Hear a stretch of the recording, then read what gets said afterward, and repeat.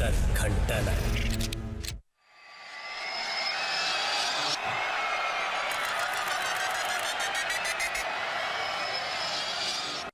Let's take roll sound. Rolling. Action.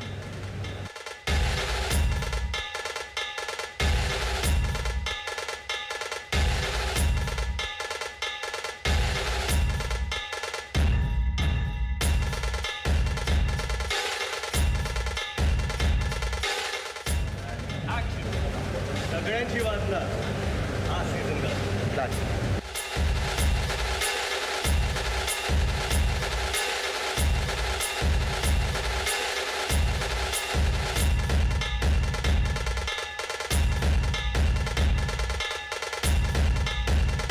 जे चांगले वागणार त्यांची मी वागवा करते, पण जे वाईट वागणार त्यांची मी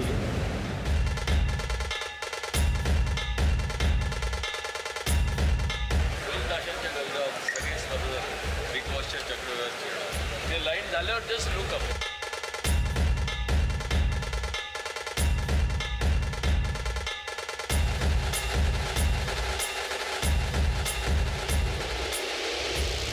ये तो ट्रेलर था, पिक्चर अभी बाकी है.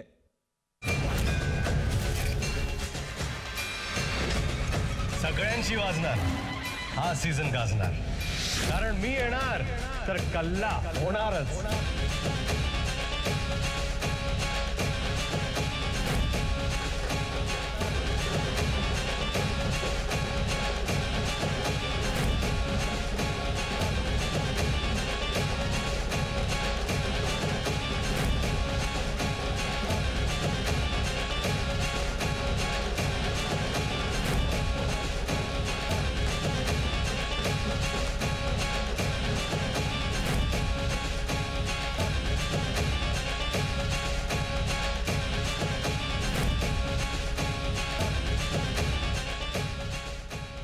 कधी ऋषी भोसले तर कधी सत्या जाधव, प्रिन्सही तोच आणि कोट्यवधींचा माऊलीही तोच.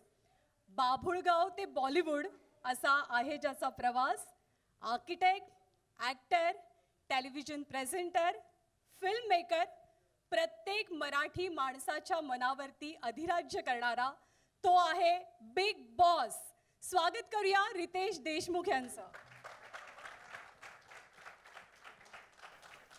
रितेश, मनापासून स्वागत आहे आपलं.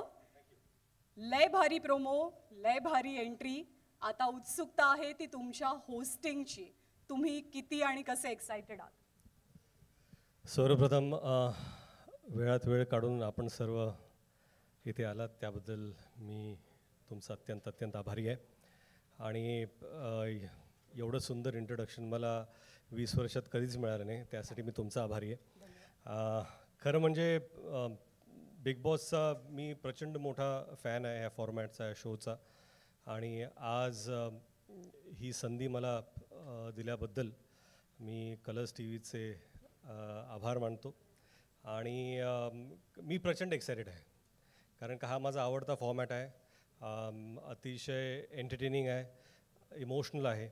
आणि कुठेतरी मला वाटतं की प्रेक्षक म्हणून तुम्ही जुडलेच असता.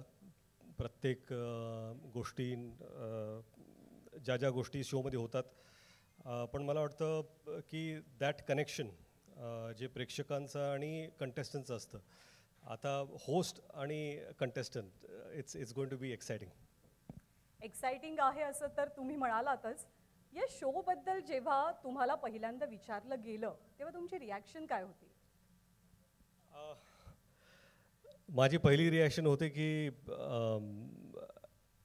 खरंच आपण, माझी करण्याची तर इच्छा होतीच, परंतु ॲक्च्युली आमची टसल बऱ्याच दिवसांपासून चालू होती की कधी होतो आहे. माझा पहिला प्रश्न कधी होतं, मला करायची तर इच्छा आहे पण कधी होतं हा खरंच फार महत्त्वाचा प्रश्न होता.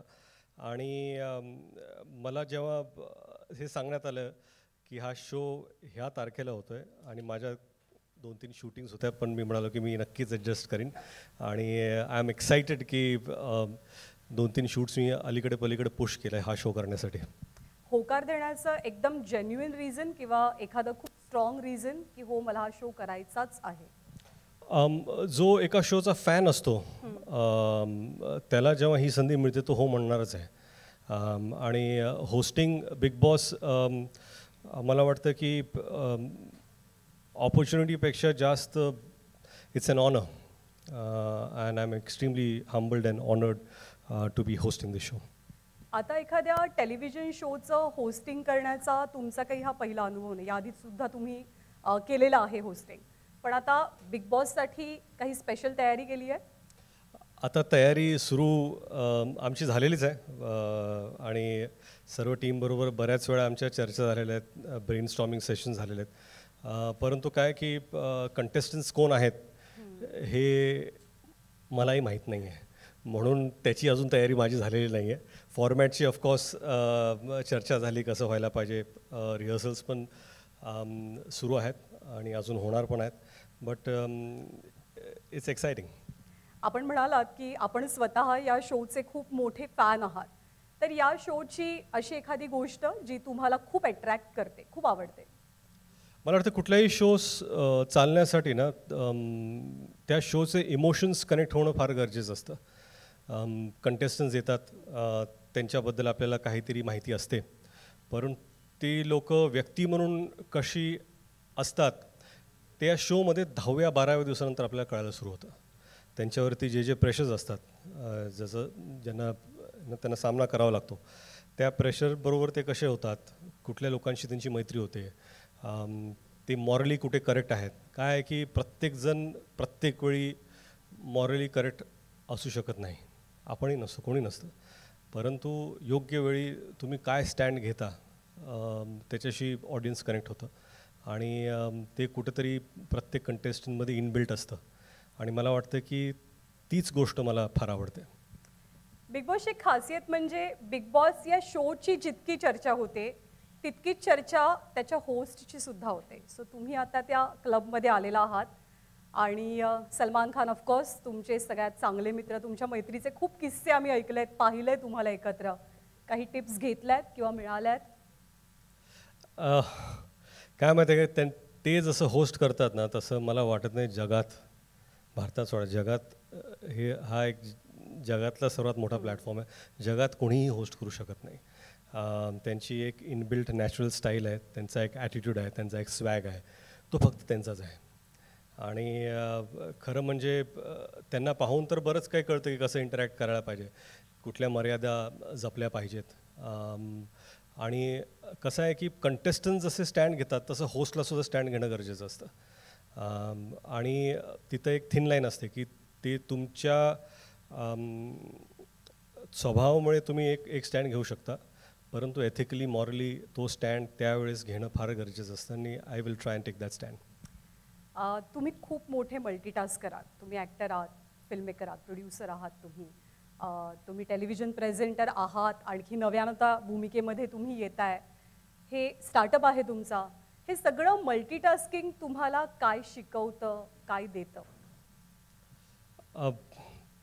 सर्वात प्रथम ना मी सीकर आहे, मला नवीन नवीन गोष्टी करायची फार इच्छा असते आणि मला जर असं म्हटलं की हे शक्य नाही आहे किंवा अवघड आहे तर मला असं वाटतं की ते सर्वात पहिलं केलं पाहिजे. आणि आयुष्यामध्ये अशा बऱ्याच संधी समोर आल्या आणि I just took them on. आणि कसं आहे की इट्स नॉट की प्रत्येक वेळा तुम्ही यशस्वी होता किंवा तुम्ही जे पाऊल घेता ते यशस्वी ठरतं, परंतु प्रयत्न सोडले नाही पाहिजेत. And this is an exciting platform आणि मला वाटतं की सध्या माझ्या आयुष्यात जर काही एक्सायटिंग गोष्ट असेल तर ह्या क्षणी बिग बॉस होस्टिंग आहे. ही तुमच्या आयुष्यातली आत्ताची सगळ्यात एक्सायटिंग गोष्ट आहे. आपण बिग बॉसच्या प्लॅटफॉर्मवरती उभं आहोत, आपण बिग बॉसबद्दल बोलतोय. तुमच्या घरातले बिग बॉस कोण आहेत? माझ्याच नव्हे तर सगळ्यांच्या घरात एकच बिग बॉस असतो, तो म्हणजे त्याची बायको. सुपर. आता आम्ही सगळेजण खूप एक्सायटेड आहोत. तुम्ही जितके एक्सायटेड आहात त्याच्यापेक्षा जास्त उत्सुकता आय एम शुअर आपल्या सगळ्यांना आहे, सगळ्या प्रेक्षकांना आहे, तुम्हाला एका वेगळ्या अंदाजात आणि नवीन रूपात बघण्याची. त्यासाठी अर्थात शुभेच्छा सुद्धा आहेत. थँक्यू. हा इव्हेंट आपल्याला पुढे न्यायचा आहे आणि बिग बॉसचा हा सगळा मोठा घाट घालण्यासाठी कलर्स मराठी वाहिनी आणि एंडमॉल शाईन इंडियाचे जे पिलर्स या शोच्या पाठीमागे उभे आहेत तर त्यांना आपण आता मंचावरती आमंत्रित करणार आहोत. Alok Jain, president general entertainment Viacom, Kedar Shinde, head programming Colors Marathi, आणि Deepak Bhat, founder and group CEO, पॅरिशे Asian Endemol Shine India.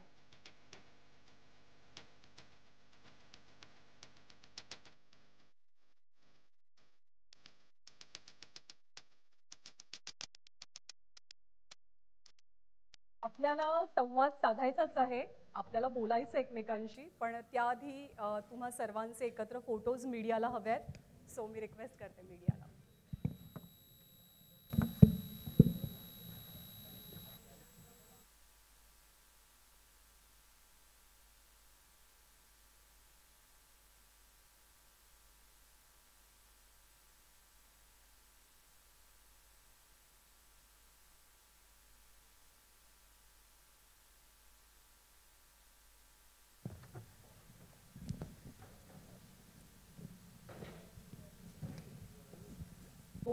Alok sir, तुमच्यापासून आपण सुरुवात करूया.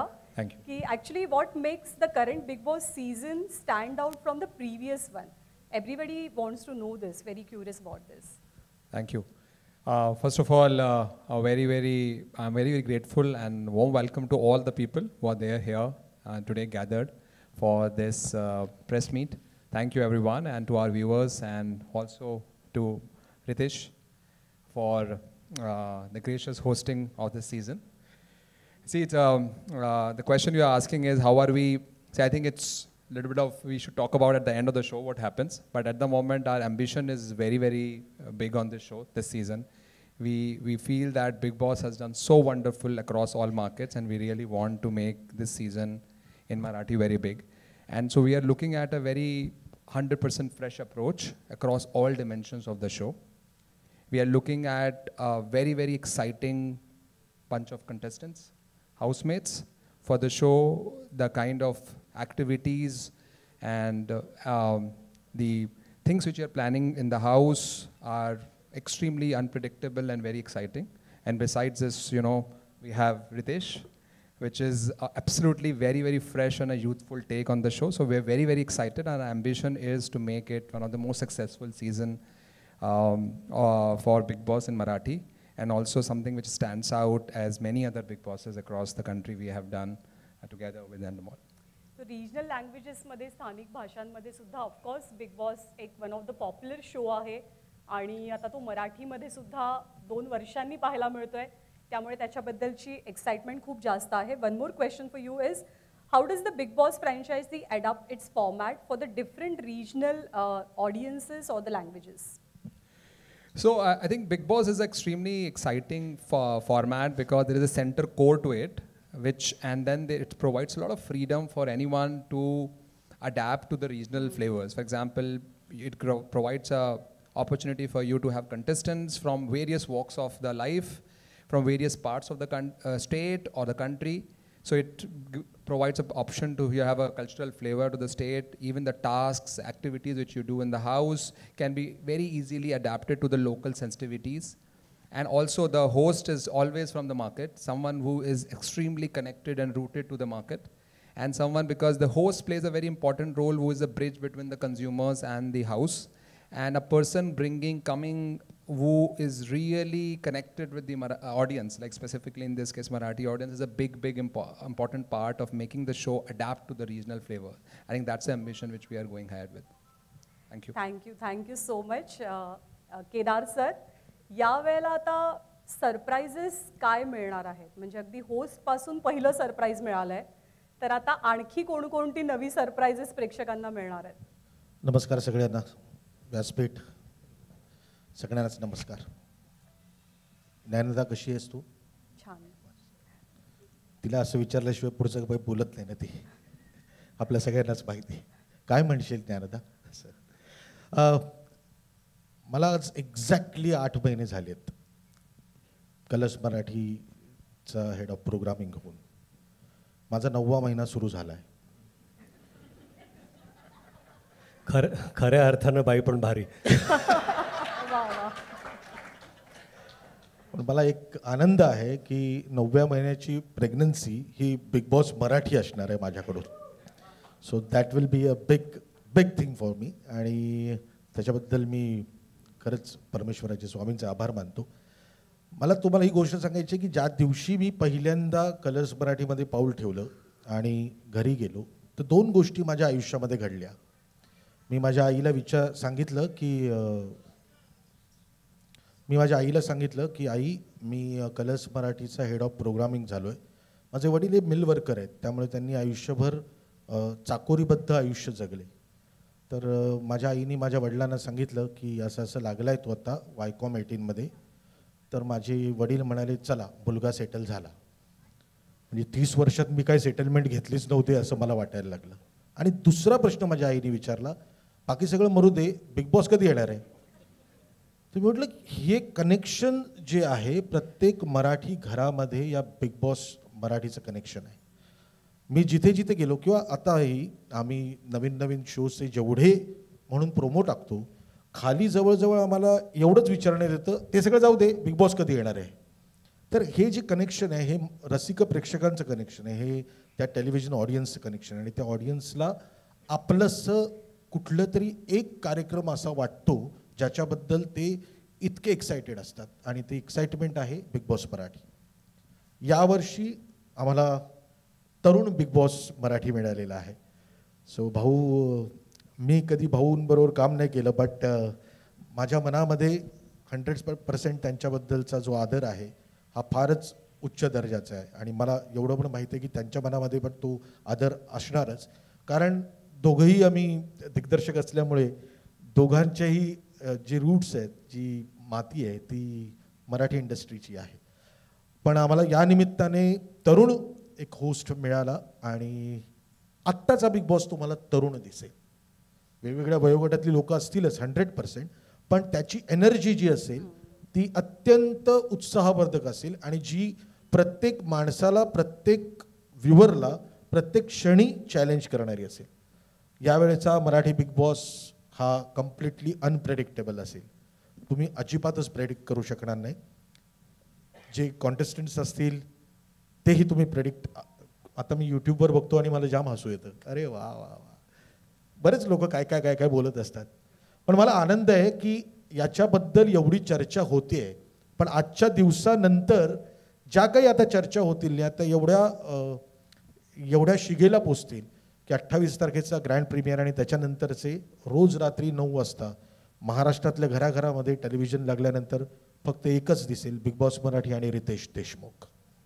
आणि मी ही तुम्हाला खात्री देतो, यावेळेचा सीझन हा आमचा, खरं तर माझा पहिलाच सीझन आहे. मी आयुष्यामध्ये 17 सीजन्स जो हिंदी के होते हैं वो मैंने टेलिव्हिजन पे देखे है. मराठीचे सीझन्स पण बघितलं. पण मला कधी असंच वाटलं नव्हतं की मी कधीतरी बिग बॉसच्या त्या सगळ्या कुटुंबाचा एक भाग होईल. आज मी त्या ठिकाणी जातो, प्रत्येक गोष्ट बघतो. मी खरं सांगू तुम्हाला अगदी मनापासून, आणि मी खूप खरं बोलणारा माणूस आहे, कारण हेड ऑफ प्रोग्रामिंग वगैरे या सगळ्या खुर्च्या झाल्या. शेवटी मी माणूस आहे आणि मला तुम्ही एक कलावंत म्हणून ओळखता आणि लेखक दिग्दर्शक म्हणून ओळखता. हा जो अख्खा प्रवास आहे हा अत्यंत एक पॉवर पॅक फिल्म करण्याचा प्रवास आहे. म्हणजे असंख्य लोकांचे कष्ट यात आहेत. हा कुणा एका माणसाचा कार्यक्रम नाही आहे. जेव्हा 100 कॅमेरे लागतात आणि त्याच्या बरोबरीने 300-400 लोक जेव्हा एका डोक्याने काम करायला लागतात. आज या सगळ्यांचं प्रतिनिधित्व रितेश भाऊ करणार आहेत आणि ते संवाद साधणार आहेत कॉन्टेस्टंटशी, किंवा रसिक प्रेक्षकांच्या बद्दल पण जे नातं रितेश भाऊंचं निर्माण होईल ते त्या रसिक प्रेक्षकांचं आणि रितेश भाऊंचं नातं असलं तरी आपल्या सगळ्यांचं ते नातं असणार आहे. मी खूप स्वतःला भाग्यवान समजतो, कारण मला असं वाटतं की वरच्या कुठेतरी माझ्या आयुष्यात पण कुठेतरी एक बिग बॉस आहे आणि त्यांनी मला बरोबर 8 महिन्यापूर्वी या घरात टाकलेलं आहे. आणि मी खेळतोय चांगला. आलोकजी, सुषमा, माझे होस्ट वेगळे आहेत. आलोकजी आहेत, सुषमा आहेत, ते होस्टिंग करतात माझं. मध्ये मध्ये मी जेव्हा चुकतो तेव्हा मला सांगतात, मध्ये मध्ये मी बरोबर असतो तेव्हा शाबासकी देतात. मग कसं खेळायचं हे मला सांगत राहतात. सो थँक्यू या फॅमिलीचा मला भाग करून घेण्याबद्दल. आणि मी तुम्हा सगळ्यांना एक खात्री देतो, आजपर्यंत जेवढे म्हणून माझ्या कलाकृती लोकांना आवडलेले आहेत लोकांनी डोक्यावर घेतलेले आहेत. मला असं वाटतं बिग बॉस मराठी हा कळस असेल. Thank you very much. बिग बॉसबद्दल असणारी आणखी एक उत्सुकता म्हणजे ते घर कसं असणार आहे, त्याची थीम नेमकी कशी असणार आहे. तर यावेळची थीम काय आहे? मला असं वाटतं की यावेळची थीम भाऊनी प्रोमोमध्ये सांगून टाकलं आहे. सगळे कॉन्टेस्टंट चक्रव्यूहामध्ये शिरणार आहेत. बस एवढंच आहे. इतकंच बोलण्यासाठी चक्रव्यूह. बिग बॉस इज चक्रव्यूह.